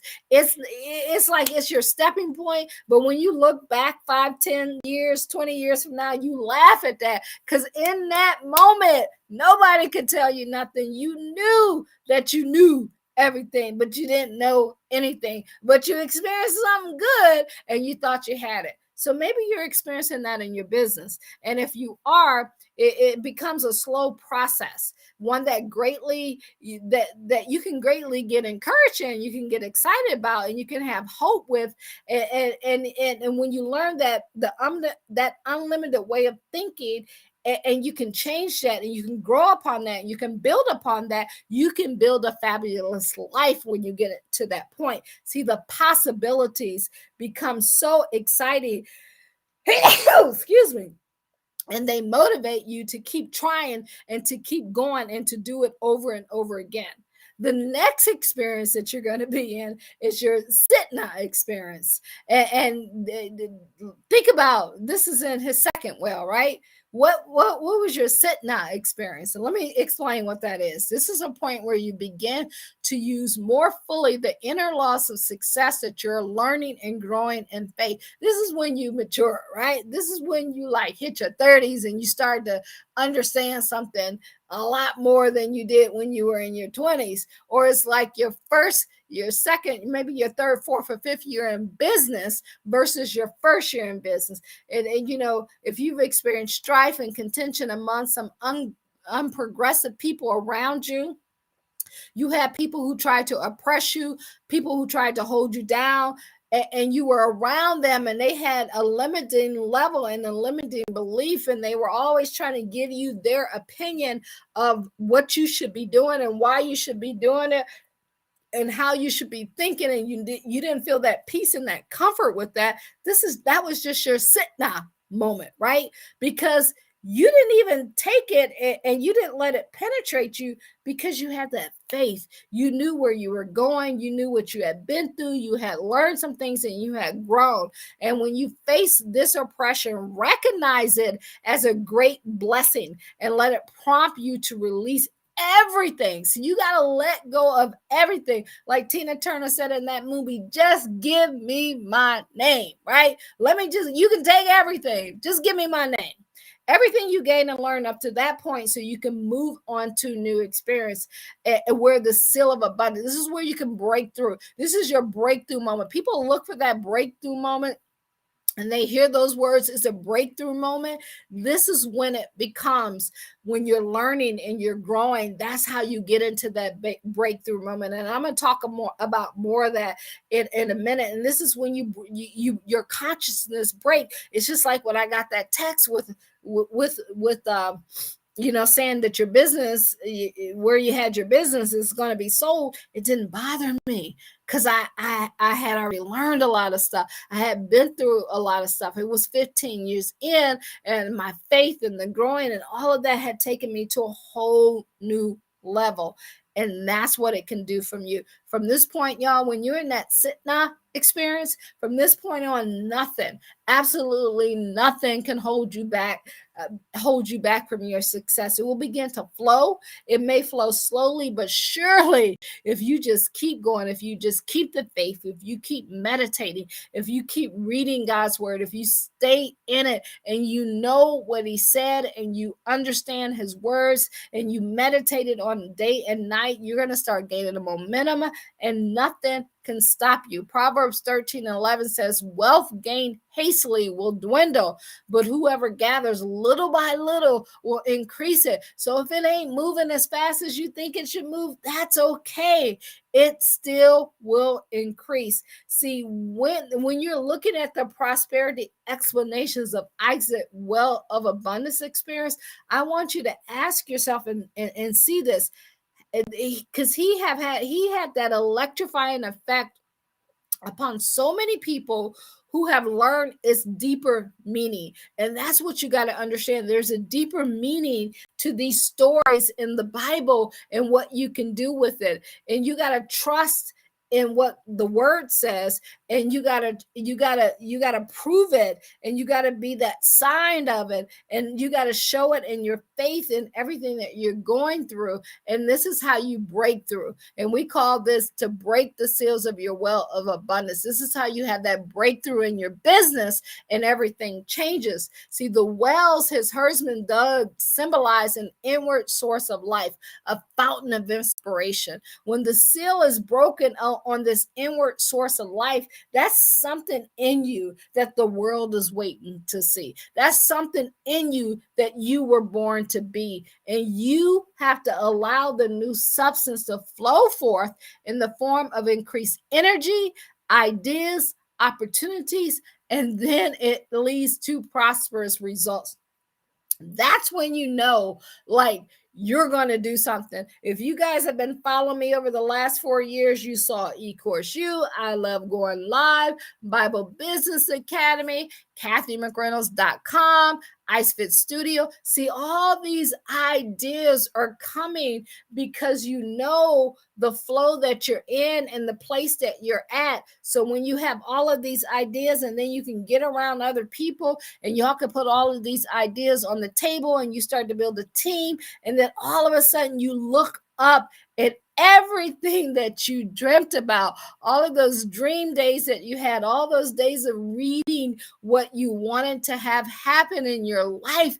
It's all manifesting right in front of you, and your faith just grows. You know, and you start looking at things. Like I tell you guys, when problems happen, I'll be like, okay, God, what do you need me to learn? If something ain't going right, then that means that there's a lesson that you need me to learn, so that when I get to that level, I'm ready to receive it. I don't have to go back. See, when that seal is broken, when that breakthrough happens and you continually dig in your consciousness, or by persistence and expanding your world, getting around new things, reading new books, listening to new stuff, studying a different way, everything changes. If you keep doing, they say the definition of insanity, if you keep doing the same thing over and over again and you're expecting something different to happen, that's insanity. See, this is what Isaac didn't do.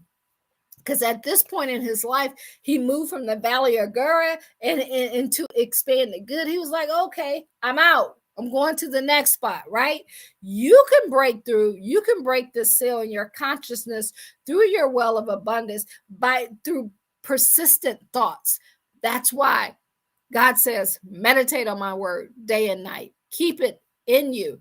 It also putting up words, pictures, writing things out about the life that you want. And as you get definite about your prosperity, about the wealth that you want to create, about the legacy that you want to leave, about the person that you want to become, through thoughts, through words, and through actions in your prosperity, it will start to manifest itself. It will happen for you. And I'm so excited about it. But guys, I want to share with you how you can break through and break the seals of the wells of your abundance. Number one, if you feel yourself needing more money, get your butt up early, right? Arise before daybreak each morning and quietly meditate on God. You know, I was talking to a friend of mine and he was like, well, why do you got to get up early? Why? It ain't what I say, right? So I just went in the scripture and just said, here's the scripture, here's the scripture, here's the scripture, here's the scripture, read it. You want to have a conversation with it? Talk to God. I didn't make that rule up. That's just what it is. See, because I usually rise between 4:30 and 5:30, 4:30, 6 o'clock every single morning. It's just natural. We've been doing that all our life, right? If you wake up, let's just say at 5 o'clock, 5, 6, 7, by 7 o'clock, you done already put in 3 hours, where most people are just getting up and getting started. And so everything in the morning time is quiet because people are sleeping. That's a time you can spend with God. That's a time that you can learn. That's a time that you can think. That's a time that you can be still. And it's in those moments that those ideas about the business that you want to build, about the person that you want to become, about the people that you're supposed to help and serve, about when God will pour into you, is during those daybreak moments each morning when you're meditating and you're talking to God, that ideas come to you. And then that's why you keep your whatever you have. Of course, you guys know I have my planner here that has a note section that I keep by my bed so you can write it out, or you can put it in your text. I'll text stuff to me. I have this by me, so I'll text stuff on my phone to myself, so you can do all of that. And so when you write your goals with specific dates of achievements, and that's important. You have to have a date that you want to have this happen in your life. And if you don't hit the date, guess what? Just keep going. But you need to have a date. You have a date when you got to pay your mortgage, or you got to pay your rent, right? You got a specific date when you got to pay that bill. Have a specific date when you want to hit an income goal, when you want to hit a certain goal.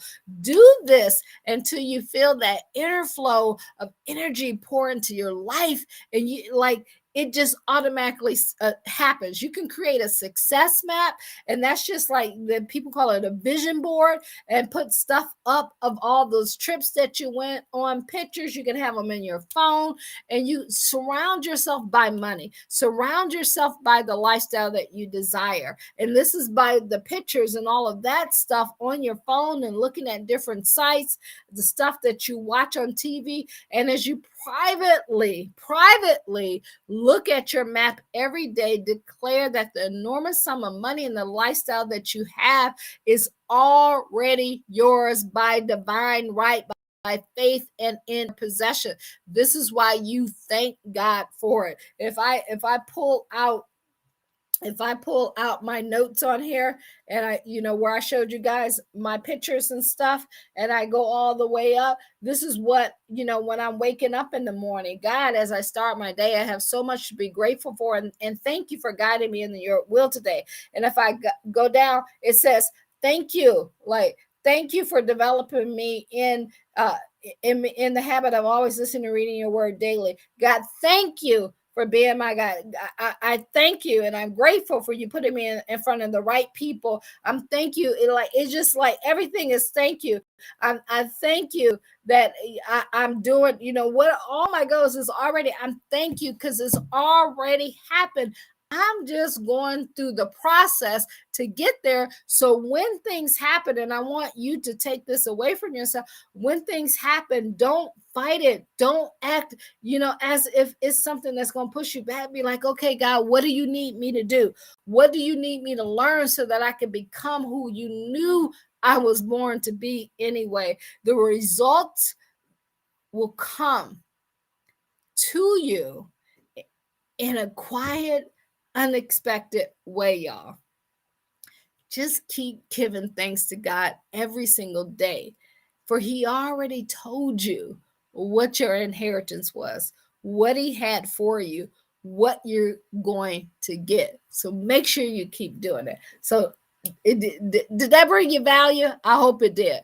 Let's look at Isaac's third well of abundance. And so after Isaac left the valley of Gurah, his herdsmen dug a third well, which he named Rehoboth, right? It meant a broad place, enlargement, greater expansion of thought. So you hear that? So now it's kind of like you're on your third business, right? This was his third well. This is his third business. The Philistines did not try to take this well. Instead, when they appeared, they wanted to make peace with Isaac. See, you may have experienced, as you expanded your wealth conscious, as you went from business to business to business, when you are digging inwardly and outwardly for your good, perhaps you will get results.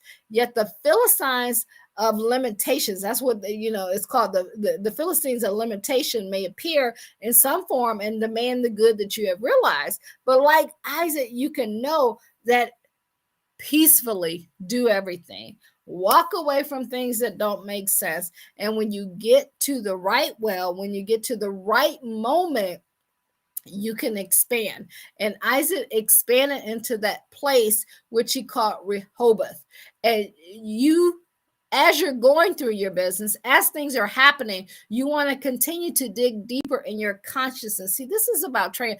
Be ye transformed by the renewing of your mind, because you're not yet in your true place, that big place in your growth where your full-blown growth awaits you. It's like a child when they're just crawling and they haven't started walking, or they're just scooting and they haven't made it to that full stage where they're actually up walking, or they haven't made it to that full stage when they go from babbling to talking, or to putting together a sentence, or to writing. Like, this is all different phases, and these are the phases that you're going through in your business and in your life. Like Isaac, if you refuse to fight back, if you refuse to say my good has been taken from me, or my good has been withheld from me, or somebody took my business, or something didn't happen, then you won't expand. So you got to recognize that and know that if you've gone through all those other stages, you're in Rehoboth, man, you're almost there. So keep moving. And then that will allow you to expand. This is a place when you get there, it's enlargement, is greater expression and expansion. When you have expanded sufficiently in consciousness to this broader place, there will be no negative experiences, right? Even if something negative happens, it's not a negative experience. And nothing, what's for you is for you, and nobody can ever take it away. When people say, what's your competition? You know you don't have any competition, right? Because you know what the word says. See, after this third well named Rehoboth was dug, Isaac exclaimed, for now Jehovah hath made room for us, and we shall be fruitful in the land. This is Genesis 26 and 22. What's for you is for you.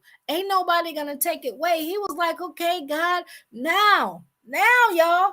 Because he knew it wasn't in his control. He just had to go do the work. He said, Jehovah has made room for us, and we shall be fruitful in the land. He said, for now. So he knew, okay, all right, this ain't what God wanted from me. So let me keep moving. Let me keep moving. Oh, this ain't the business he wanted from me.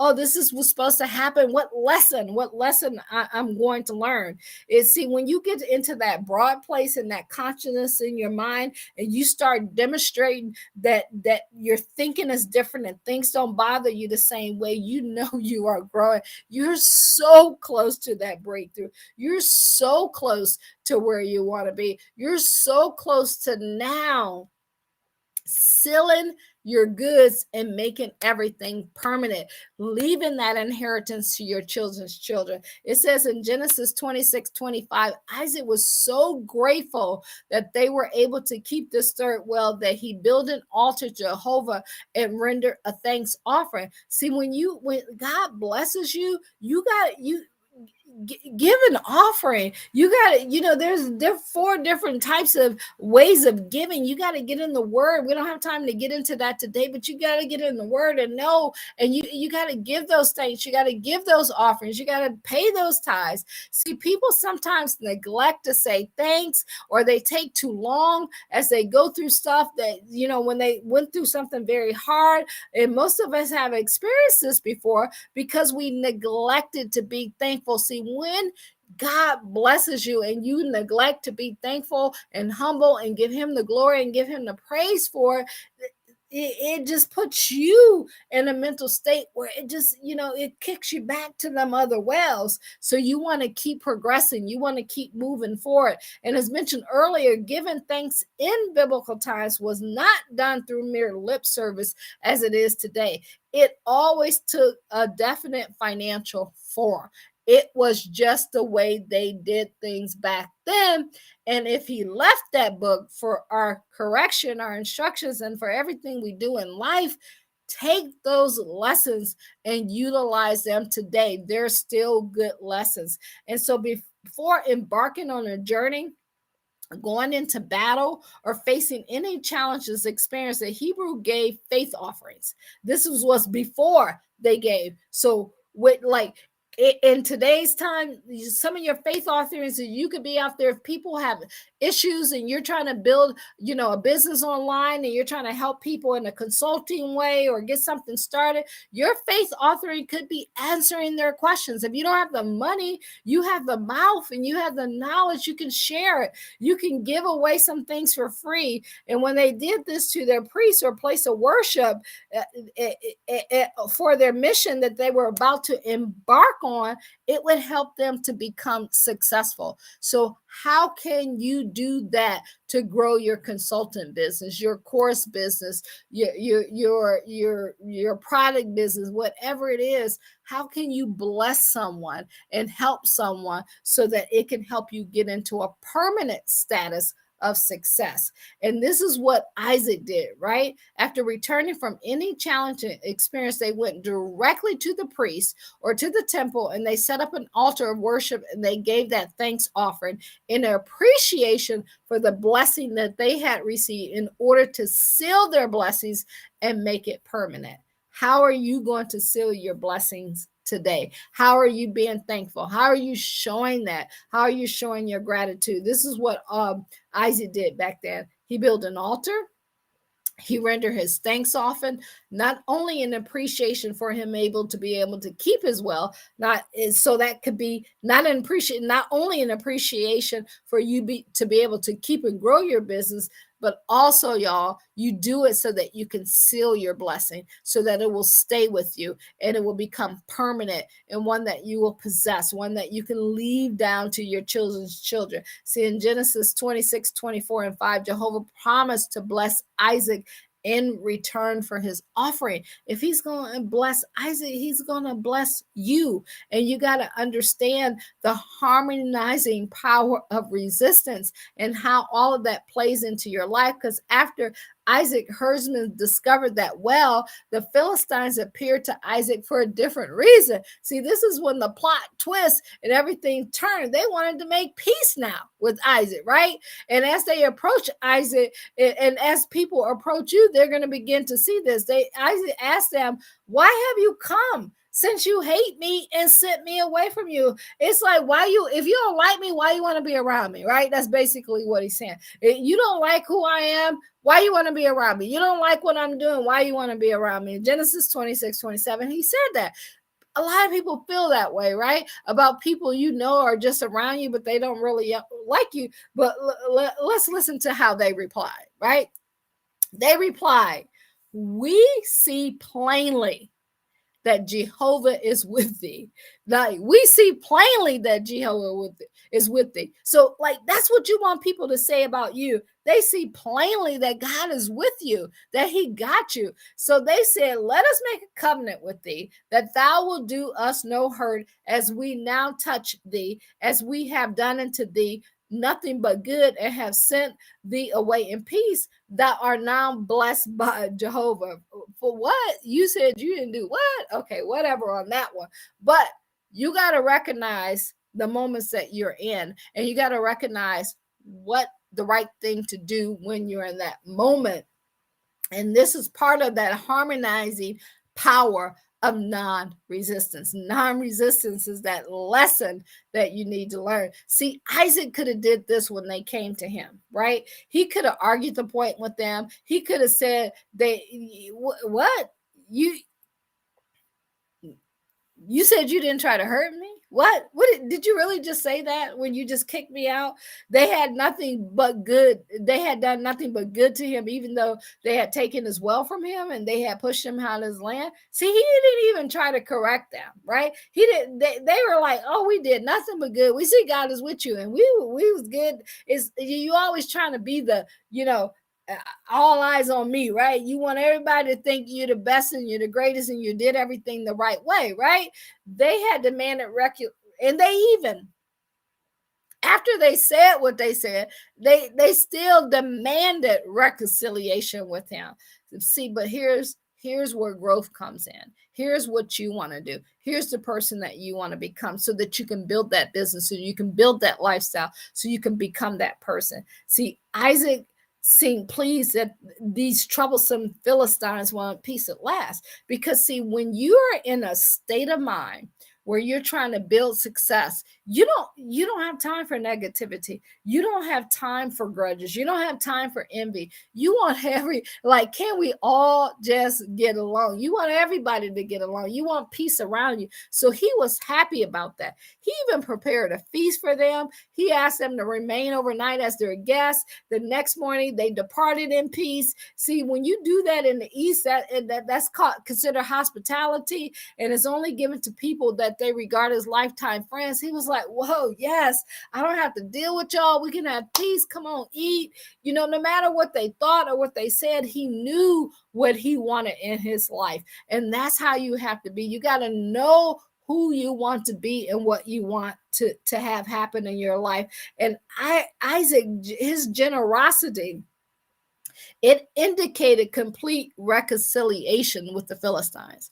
Who do you need to be generous with? Who do you need to reconcile with? Who do you need to make that happen? And see, because he did that in that third place, Isaac's fourth well of abundance is from Isaac's experience. We observe why you can afford to be non-resistant, even if the most demanding Philistine may appear in your life, may appear in your business. And that's somebody who's just negative, trying to take from you. That's what that is. When you learn to ignore that and be the bigger person, be the good person, this is when all your goods will start to overflow on you. This is how that 100-fold year came in. And see, as soon as the Philistines departed in peace, Isaac's servants rushed into him and said that they had just dug another well and had found water. See, when you let go and you let God, things will just start to come out. They will start to happen for you faster than you can ever make them happen on your own. Isaac victoriously named this place Beersheba, which meant well of fulfillment. Write that in the comments. Hashtag well of fulfillment. Are you ready to reach your well of fulfillment? See, here's what happens after the test. Here's what can happen in your life. After you've been tested and you reacted with non-resistance, then that's when the fulfillment comes. So if you're still trying to push back, if you're still trying to fight against stuff, you're not going to hit that fulfillment moment. And so if you've been seeking fulfillment and it's not come to you, don't give up hope. Look at yourself, right? Know what you got going. It is because you're still in your way in that bigger place of consciousness, and you just got to change that. You got to get into that non-resistance and divinely indifferent place, like you are, like Isaac was with the Philistines.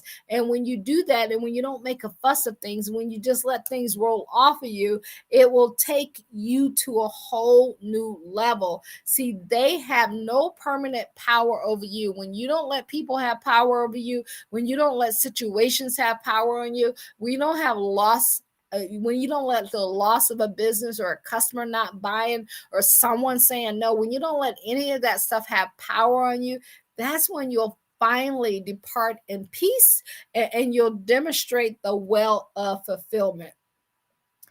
Get into that prospering power of agreement. It will change your life, y'all. See, you may have regarded non-resistance as an indifferent when you were going through it, yielding to whatever occurred. Like when something happens, you just went with the flow of it. You talked about it. You dwell on it. You may consider it a teaching fit, or maybe it was unfit, whatever you were going through at that moment. You may have looked at it as a practice suited only to those who were incapable of self-defense. Oh, they weak. That's why they didn't do that. Or they didn't go through this because they couldn't handle the truth. Like, you can't handle the truth. No, I could. And I did. And that's why I reacted the way that I reacted.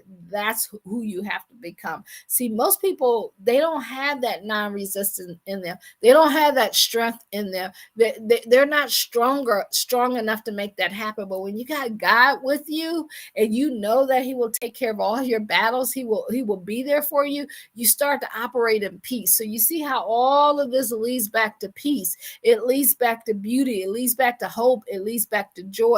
It takes practice to get to this point, to change your mind. It takes meditating. It takes reading. It takes being around the right people. It takes a daily activity of getting yourself into a position where you can resist when people oppose you. You can resist fighting back when people criticize you. You can resist when people resent you. You can resist any of the need to know all of the details about everything, because you know that if you stay in peace and you stay in God's life and you keep him in your life, everything that you want, you're going to get. And non-resistance accepts generalizations. And when you resist something that's difficult, it antagonizes you. And when you begin to fight back and everything, it's just like get out of that moment. And it ain't easy, y'all, but it definitely will be worth it. So you got to agree or withdraw in peace. so that you can build your business, so that you can have the life that you want. You probably know people who are constantly upset over like little details of things not being the way that they should be. They can't see the forest from the trees because they're always complaining. They're always spilling stuff out their mouth. You like people like that, they're always worried, they're always uptight, they die young, they get their health isn't where it need to be, they're emotionally stressed, they always got problems, they got 99 problems, right, all the time, they're fretful, their attitudes are always not the right way. You got to recognize that it's in yourself. You got to look in the mirror and recognize that in yourself, and if you find that, you got to put a plan in place to remove that.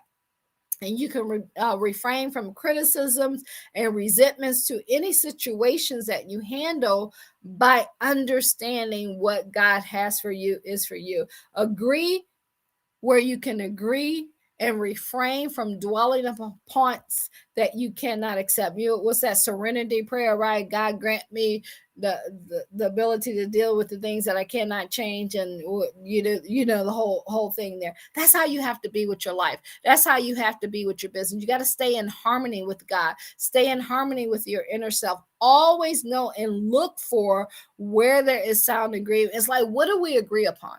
What can we agree upon? What can we say? Yes, that's right. Figure out a way to agree upon. We're talking about the sales training. Feel, felt, found. That's a way to get people to break down their resistance and listen to you. Yeah, you know what? I can definitely understand how you feel. I felt the exact same way. And here's what I found. Like, feel, felt, found. Like, that's an old sales technique that people have used to calm people so that they're open in order to be able to listen. And that's why you got to learn to agree or withdraw. See, the prosperity lessons you learn from the peaceful millionaire Isaac will get you into success and millionaire status quicker than you could even imagine. He did not become upset by apparent injustice. So if you have an injustice in your life, don't let anger and upsetness, I don't know if that's a word, get into your life. He did not have to fight for his rights. Martin Luther King, he didn't have to fight for his right? He withdrew in peace and dug his well deeper in his consciousness. He knew everything that he put in would come out, and he went deeper into his own being. And each time that something happened, or he met challenges, or he was met the hostile Philistines, it didn't bother him. It was moments that he can go to God, and he can woke up early, and he can pray, and he can get through it so he can get to it. He looked for grounds of agreement, and he refused to fight back. This self-control kept him focused on his goal and his income, and he increased 100-fold in just 1 year. Every time you argue with somebody, every time you get into a disagreement, every time you have strife, it's keeping you from your blessings. So you got to start understanding what divine timing is.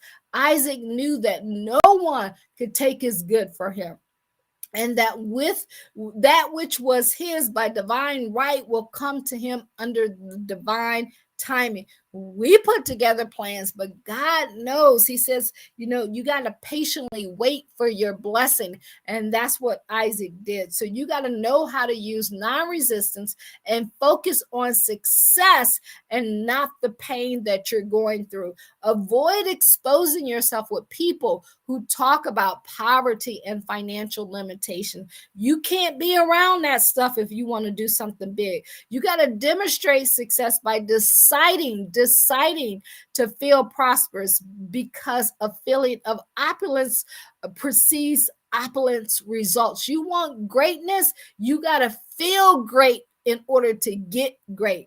And don't blame people. If you're blaming, you won't be blessed. Instead of blaming people, bless people. Here's something you can say. This challenge is in my life for my good and for my prosperity. Instead of saying something negative about them, just start saying that I'm being challenged this is in my life for my good and for my prosperity. Like, God, what lesson do you want me to know? When you agree with the good in the situation, because you can find something good in every situation, whether you can see the good there or not. And when you consider its likeness instead of its indifference, when you find something you can agree with, then your life will become less frictionless and your growth is unaccompanied by pain. This is like pain without the toll. So as in closing here, guys, as I'm sharing with you some prosperous thought agreements that you can write out, or you can look up scriptures and you just have these written so that you can always look at them. It says, I baptize every event in my life with the same name. If I have a failure, I call it success, and eventually it proves to be a success. Let me say that again, right? This is your prosperous. I baptize every event in my life with the same name. If it have a failure, I call it success, and eventually it proves to be a success. See, Jesus even teaches us about angry people, and those are the people you got to understand how to deal with. It says in Matthew 5:21 through 24, you have heard that it was said to the men of old, you shall not murder, and whoever murder will be guilty before the court. But I say to you that everyone who continues to be angry with his brother or harbors malice against him shall be guilty of the court. And whoever speak contemptuously and insultingly to his brother, Raka, your empty-headed idiot, shall be guilty before the Supreme Court, Shaddai. And whoever says you fool shall be in danger of the fiery hell. So if you're presented your offering at the altar, and while you're there, remember that your brother has something such as a grievance or a legitimate complaint against you, leave your offering there at the altar and go first, make your peace with your brother, and then come present your offering. So what Jesus is saying, if you got all this anger and you got this contentment and you're like, oh, I'm just going to go give and sow and do all of this stuff, but you still got all that other stuff in there, go get rid of what you're feeling and what you're going through before you start giving. That's the important thing that you got to know and that you understand. And Isaac proved success is inevitable as he kept moving and on non-resistant. He expanded in his own true place of fulfillment. He used each experience that seemed one a failure to experience in success. It pushed him onto a bigger place that became one of fulfillment. So you got to go back in your thinking to those experiences in which you thought you failed, and you got to rename them as success. They're not failure, they're success. They were there because they prodded you into a greater good. They were there to help you get to that next level, to go to where you needed to go. Jesus said, agree with thy adversary quickly. So you want to do it quickly, and that's in Matthew 5:25, so you can get through it, so you can get to it. When you agree with an adversary situation on the past or present and are undisturbed by it, it has no power to hurt you or take away from you, and it will fade out. So baptize that situation as good, regardless of what it is or what it appears to be, so that you can become victorious and you will prosper by staying in control of your emotions and your reactions, and what to do when you do find yourself in negative situations. Just ask, what details am I resisting, opposing, or criticizing?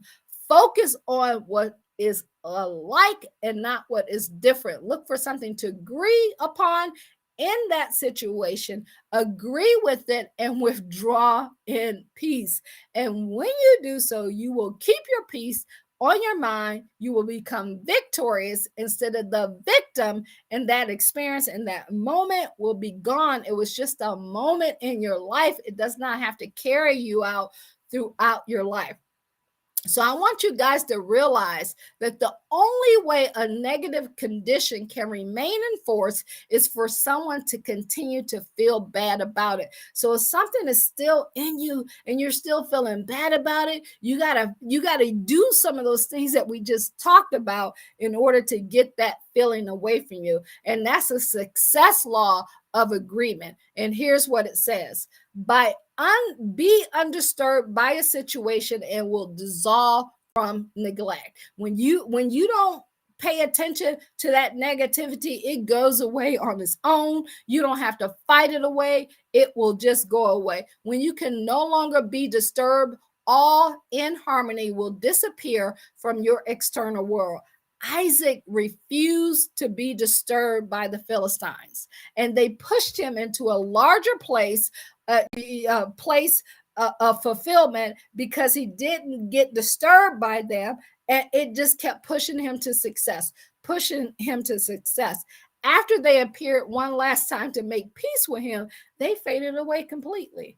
So whoever or whatever has blocked your blessing, meet it in peace so that it can go away. And through this man of peace let them think that they were having their way, and he was the ultimate victor. And you can also be that ultimate victor. Resentment can unconsciously be carried over and directed towards your business without you even knowing that or understanding that. See, when this happened, your business won't be successful. And you don't want that to happen. So I want you to develop a mental treatment mantra. I just gave you a few. I'm going to give you a few more. I forgive you. I release you. Our relationship was for good. Our relationship was a success because we both learned from it. See, these are the things you have to start saying so that it gets in your little reticular activator back there. And when those feelings start to come upon you, you got to learn. We call it repetition. You got to learn to say the words, learn to say scriptures to get those thoughts out of your head. And after you say it about 8 or 10 times, you'll see it starts to fade away and peace comes upon you. For each negative situation that you face in your business, in your life, and you want to get this mental treatment and you want to use it to help you fulfill yourself with peace. This is where success starts with. You got to look for points of agreement. Do not ever, from this point, from this day forward, ever say you failed. Whether it's your marriage, whether it's a relationship, whether it's a business, or whether it's health, you have never failed at any experience because you've learned something from it. It's not the loss, it's the lesson that we always say. Drop it in the comment. It is not the loss, it is the lesson. Don't keep your thoughts upon your personal or business troubles or your past or present troubles. If you do, they still control you. When you name them of success, because it wasn't a loss, it was a lesson, you can look up and you know that God is there. The forces of heaven are there to rush to your aid. Just like when Abraham went and laid Isaac down and he went up and he was ready, to sacrifice him, God provided for him. See, so I want you to remember these mental treatment mantras that will change your life. They might sound quirky, guys, but I'm telling you, if you learn to repeat stuff in your head over and over again of what you want to happen in these mantras, it changes your inner being so that your outer being. And it says, I will remember only how kind you have been to me in the past. This is what you have to start saying. I will only remember how kind you have been to me in the past. There are many nice things that you can remember about somebody. So it does not matter what you say to me now. You can't hurt me. You can never say anything. Like, you got to start thinking that and saying that to people. When you're in a non-resistance to negative appearance and that gives people no power. And so all of this is what's opening up the good so that you can have success. See, just when you just thought it was about selling something, no. Just when you just thought it was about creating something, no. This is why people can have the best ideas or something good, but they're not having success because they got all this mental blockage in their way. And I'm going to end it with the prospering power of agreement for you. You could take a screenshot of this. Always there is a ground for agreement. It says, I find some point of agreement and dwell upon it. I think about likeness, not difference. I baptize every situation in my life of success. I've never failed because I've learned from each experience. Every experience in my life has been a successful one. When I am undisturbed by appearances, that which is worthwhile remains. That which is no longer of value fades away. When I am non-resistant towards my goods, it comes to me from every direction and through every experience. Knowing this, I rejoice as I now experience the prospering power of agreement. And that's what I want for you guys. So as we go through, we've already talked about Abram, Isaac, and Jacob, and we're going through all the prosperous people in the book of the millionaires and the first women and the billionaires. These are the lessons that you're going to learn in these series. These are the successes that you're going to learn, and these are the things that will get you to where you want to be a lot quicker. Remember, but thou shalt remember the Lord thy God, for it is he that giveth you the power to get wealth, that he may establish his covenant, which he swore unto thy father, as it is of this day, in Deuteronomy 8:28. So make sure you join us each week of the first quarter of 2022 as we go through this. And next week, y'all, we're going to focus on the persistent millionaire Jacob. And don't forget, if you want to learn more stuff like this, along with all of how to build your business, the strategic parts, what you need to do on marketing, advertising, and sales, and all of that, that's where it comes into our academies and our memberships. So I'm inviting you to join us at BibleBusinessAcademy.com. Make that happen. If you made it to this point, I'm so super proud of you. It takes courage, it takes faith to step out and go do and become who you want to become. And when you do that, I promise you, we're going to be there for you. We also got some gifts for you. We want to be able to give some things to you. So when you join our membership or our academy, we're going to send some stuff out to you to jumpstart your training and to help you along the way. So I'm going to hop back over here now and see what questions you have. If you're catching this during the replay, you can still put your questions in. We will answer those. If you want to reach us, guys, you can always text us or call us at 1-833-BIBLE-BIZ during business hours, or you can send us an email at info@CathyMcReynolds.com. Get in our memberships, get in our academies, go to BibleBusinessAcademy.com to make that happen. So now let me go ahead and head back over here and see if we have any questions. I see some stuff over here on the chat. Let's see. I see Ron Murray saying, yes. Okay, awesome. What's up, Ron? And then we also got Sarai saying, great. Awesome, guys. I know that was a long one tonight, but let me tell you, it will bless you if you let it bless you. We appreciate you guys. I'm going to go back over here, just end it on a few things. Make sure that you go and download our free report that we have for you on how to grow a business with biblical principles. You can get that at BibleBusinessAcademy.com. Go over to Believe and Grow Rich. Here it is right here, right now, where you can get that. At Believe and Grow Rich. You can also get it off of Amazon, and you can also pick up a copy of our book at BibleBusinessAcademy.com/book. We will give you a free copy. You just need to cover the shipping and handling of that. Make sure that you follow us on Facebook, Instagram, LinkedIn, and YouTube. And you're probably watching that on one of these streams so that you know when we go live, so that you can take advantage of all of the stuff that we talk about and that we're helping you with. All right, guys, I will see you later. I hope that brought you tremendous value. Make sure you show up next week as we continue in this series, but you never know when we may pop up for one of our short lives where we're just giving you some quick tips on the things that you need to do to run your business and make things happen. Y'all have a blessed and awesome and wonderful day. My name is Cathy McReynolds, founder of Bible Business Academy. Appreciate y'all, and we shall talk to you later. Have a great day. Bye-bye.